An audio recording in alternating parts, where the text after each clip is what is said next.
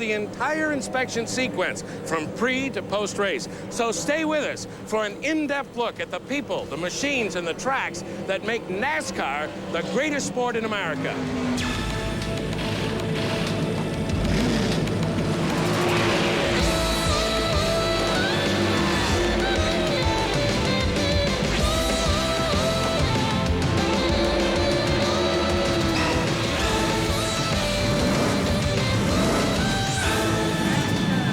Of all of NASCAR's sanctioned events, probably one of the most competitive is NASCAR's Craftsman Truck Series, due in part to the unique use of a pit stop and, of course, the yellow flag. And the man responsible for ensuring the fender-to-fender excitement we've all come to expect, the series director.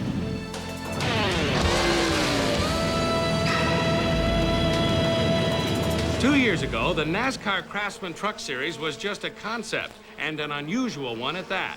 Put some of the country's top drivers in race-prepared, full-size pickup trucks, line them up on some of the most popular tracks, and wave the green flag. The formula for success was there. A major player on that team is the series director Wayne Otten. A former director of Goodies Dash and the Slim Jim All-Pro Series, Wayne's been key to the Truck Series' success since the start. As director of NASCAR Craftsman Truck Series, I oversee day-to-day schedules as far as working with promoters, sponsors, talking to a lot of the crew chiefs, a lot of the owners, dealing with a lot of crew members on the series.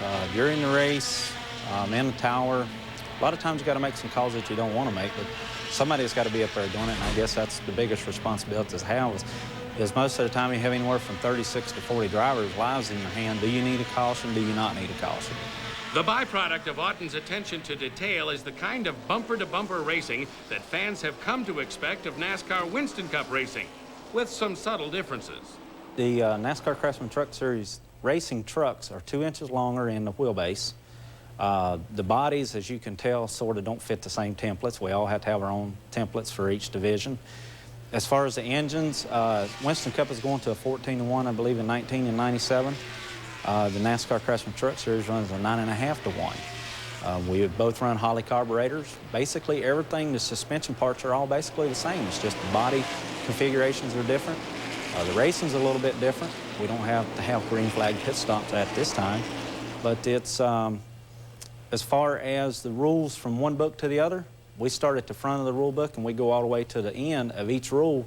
And if you ever look at a NASCAR rule book, you can see that each racing division, the touring series, are all based off the same rules from top to bottom. Other differences, such as the competition yellow, which allows the trucks to make pit stops for adjustments and tire changes, keep the cost of running a team down and the level of competition high. Well, I've always pictured it. I mean, anytime you work with NASCAR, the competition level where they get the trucks all prepared the same and they all got to fit the templates, it's probably the toughest series I've ever ran, just because of you got different champions in it. They're all a champion in off-road, midget, sprint cars. And you put them on the track, they all want to win. That's an understatement. Two of the truck owners are 7-time NASCAR Winston Cup champions, and many of the crew chiefs and drivers have NASCAR Winston Cup experience, and all of them keep the Truck Series director on his toes. Oh, yeah, we call Wayne quite often. I guess we worry him a little bit too much. You know, any kind of question we got, they're welcome, you know, for us to call them and discuss it with them, and they'll come over and look at the trucks with us. Basically, what I do is I talk to them, see what they would like to see us do to make the division better. We have a real good working relationship with all the crew chiefs, all the crew members in the garage. We try to make them feel a little bit at home when they come in. We want them to know that we want them there. They have a job to do as if we do also have a job to do.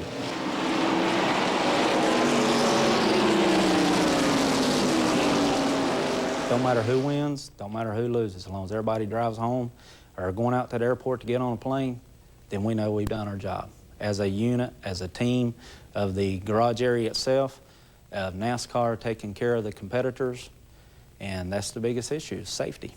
We want them all to go home to their families, and that, you can't ask for a better race than that. What a job with all the NASCAR Winston Cup teams involved in the Truck Series. They sure keep Wayne on his toes. Well, I imagine constantly. It's interesting to note, however, the engines used in the trucks are the same engines used in the Winston Cup Series cars. It's just that they have a different engine compression ratio. Now, up next on NASCAR Garage, we're going to take a look at the backbone of those motors. We're going to compare head-to-head the engine block with the block used on a Winston Cup car's street equivalent. So stay right there.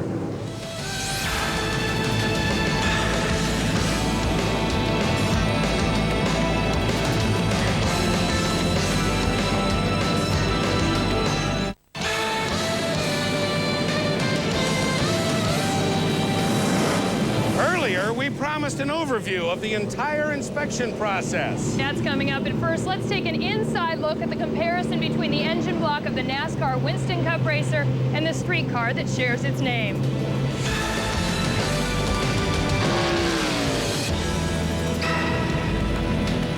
NASCAR dictates that only small block V8s be used in Winston Cup racing. In fact, the General Motors version is basically the same engine they sell in many of their GM products. Why don't we give this one a try?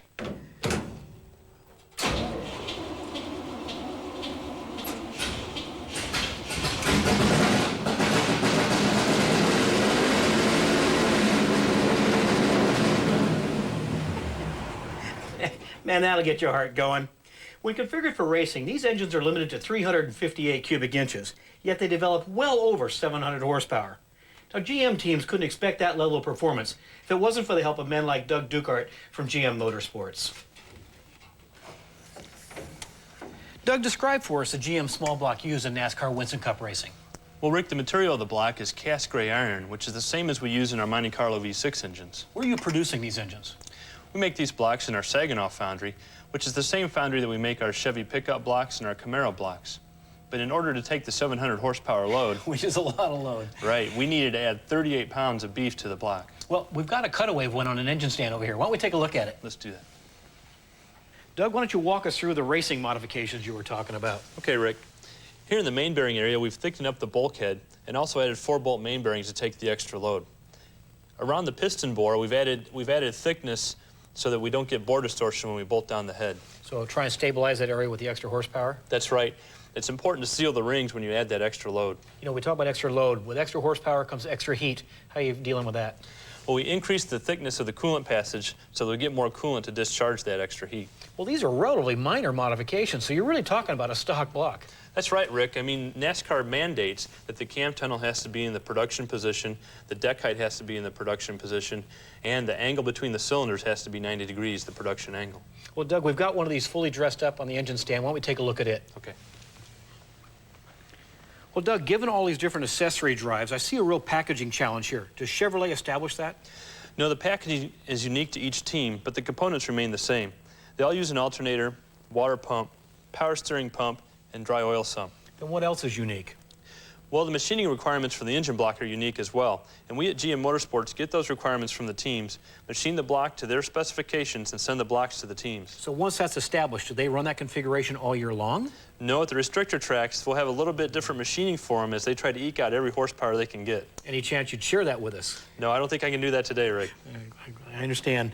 You know, Chevrolet and NASCAR, Doug, have been in racing for a long time. What do you continue to get out of that involvement? Well, the engineering methodology to get the performance and durability for the low Chevrolet is the same methodology we use for the Monte Carlo on the street, as the customers require performance, durability, and reliability. Well, Doug, thank you so much for being here. We've gotten a lot out of it. Thanks, Rick. I think it sets another example for how NASCAR racing improves the products we drive.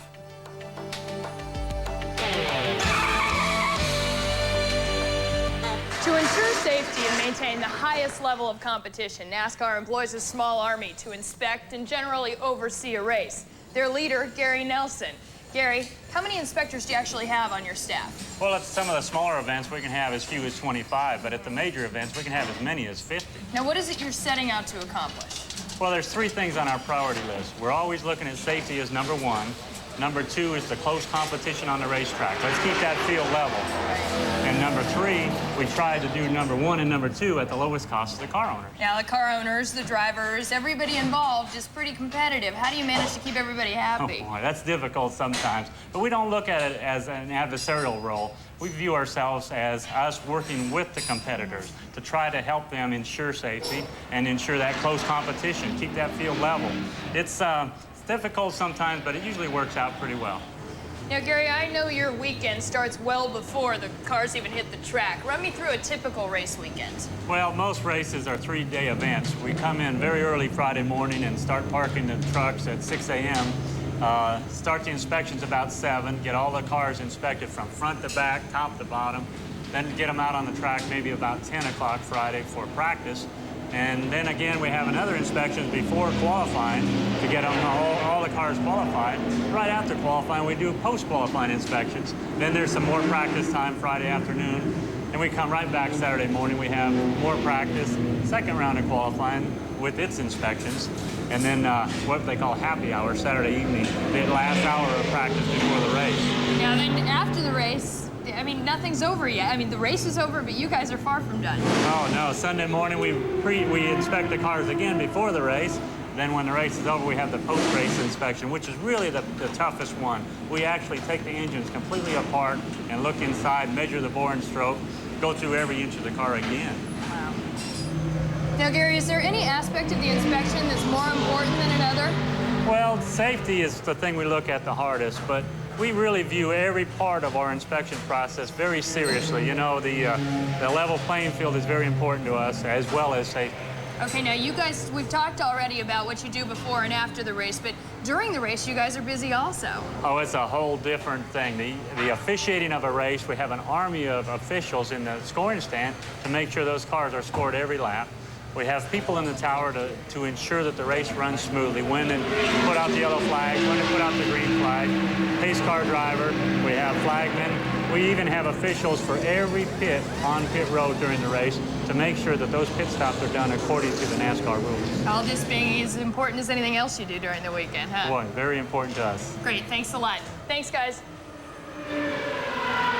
Okay, pop quiz. What's this template used for? Give up? It's to ensure the door panels follow the proper design. And coming up, NASCAR Winston Cup Series Director Gary Nelson is going to take us back to a time when the doors on a NASCAR racer still open. Stay right there.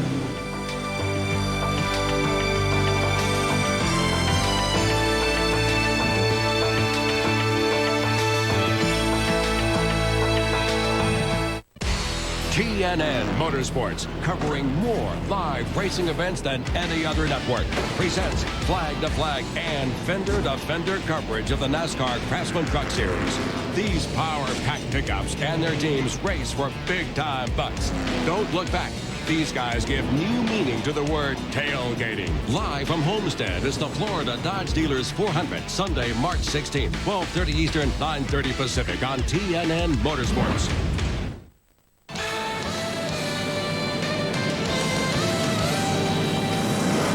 Welcome back. In a moment, we're going to pay another visit to our very own NASCAR Winston Cup racer as we follow its evolution from raw steel and sheet metal to the first few laps around a racetrack.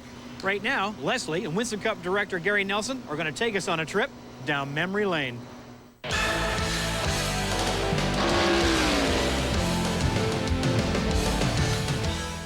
It may come as a surprise to some of you, but in the early days, the NASCAR race car served double duty. It was both a racing machine and an everyday grocery getter.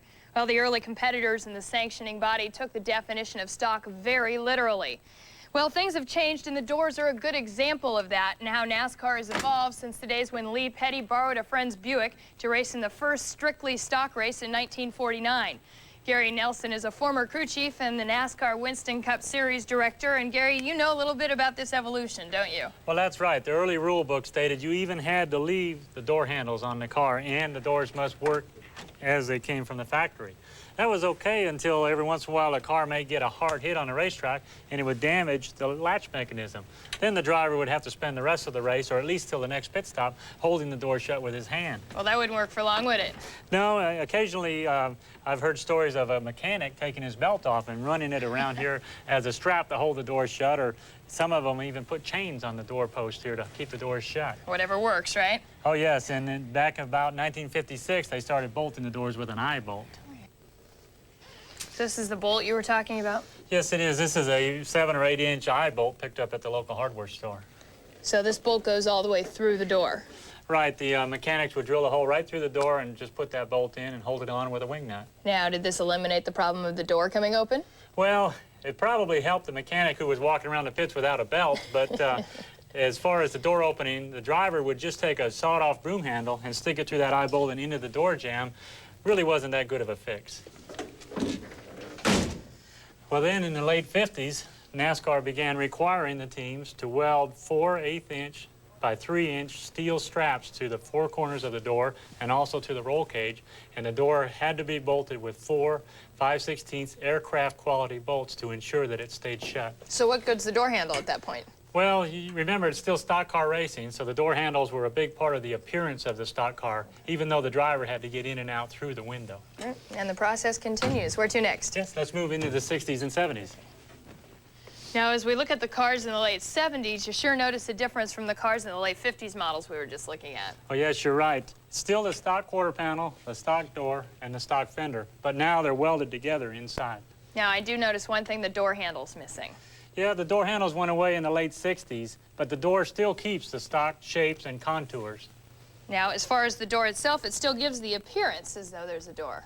Yeah, it's this line here is kind of a simulated line for a seam where the door and the quarter panel came together, but even that went away in the 90s. We sure see the progression from a car that could be used every day or on a racetrack to what's now more aerodynamic and sleek looking. Oh, yeah, you can see how the sport evolves almost daily. Right. Thanks, Gary. Thank you.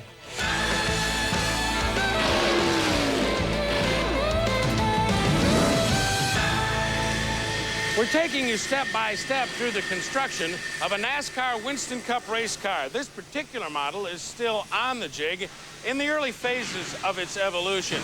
Jack Laughlin of Laughlin Racing Products with us overseeing this. Now, we've got a basic shape, but starting with the snout at the front, there's still a lot to do, isn't there? That's correct. We got the snout on the jig, then we went with the kick up and the kick in. And once we got to do a little more work here before we can start doing any welding. Then, remember we was off the center line, and we put the 2 frame rails down. How heavy are these frame rails? That's a big piece. Well, now, these are made out of 3x4 tube and 120 wall thickness. And the whole inner part of this chassis is 120 wall thickness. So where do we go next to keep this project moving? Well, we'll put the rear struts in. That's what Matt's doing over there right now, putting the rear struts in. What we're doing now, we're putting the rear shock tower in. This shock tower will accept any shock made now. How important is this particular item to the evolution of speed in the sport? Well, this is a real big part of the race car because of the shock. And like different tracks take different shocks. Now, Daytona and Talladega, you got a tremendous amount of force into the racetrack. You have to have stiff shocks for that. You go to a shorter track, you have to have softer shocks for it. So this is a really important piece for this race car. And it'll take any shock made? Any of them made. What we're doing now is Matt is putting the plates down to the transmission cross member. From the struts down to the transmission cross member. That will accept any transmission. So once it's lined up on the jig and it leaves the shop, any customer you got can use it the way it is. That's correct. That's Ford or General Motors. Now, up here, you talked about having a little more work to do right in this area. What's that all about? Well, we talked about low-fat, light cars, short track stuff. This is made out of 2x3. It's a little bit lighter. Some of the teams, like on the Daytona and Talladega tracks, so much force, they want bigger material tying the snout in. So they go to a 2x4. Is that another one of those take care of the ounces and the pounds will take care of themselves deals? You're learning, Chris. That's correct.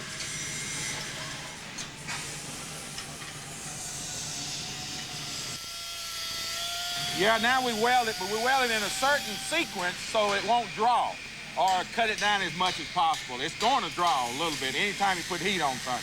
So then we leave it clamped, though, and let it cool completely down on this fixture before we go to the next stage. After it cools, we put the lower A-frame mounts on it. That's what Matt's doing now. And if you notice, this one right here has just a single hole through it. All right, this one over here is slotted. And the reason it's slotted is that so we can run this wheel forward or back.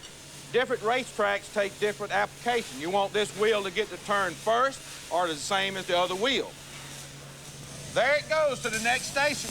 And that is where the roll cage, floor pan, firewall, and other basic components will be added. Now, next time, we're going to show you how they begin to fabricate the roll cage that will eventually become a very important part of this NASCAR Winston Cup Racer's basic structure.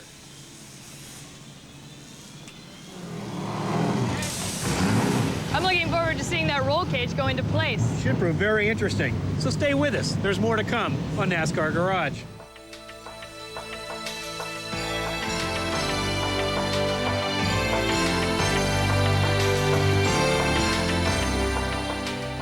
If you have questions or comments, write us at NASCAR Garage, care of TNN Viewers Services, 2806 Opryland Drive, Nashville, Tennessee, 37214.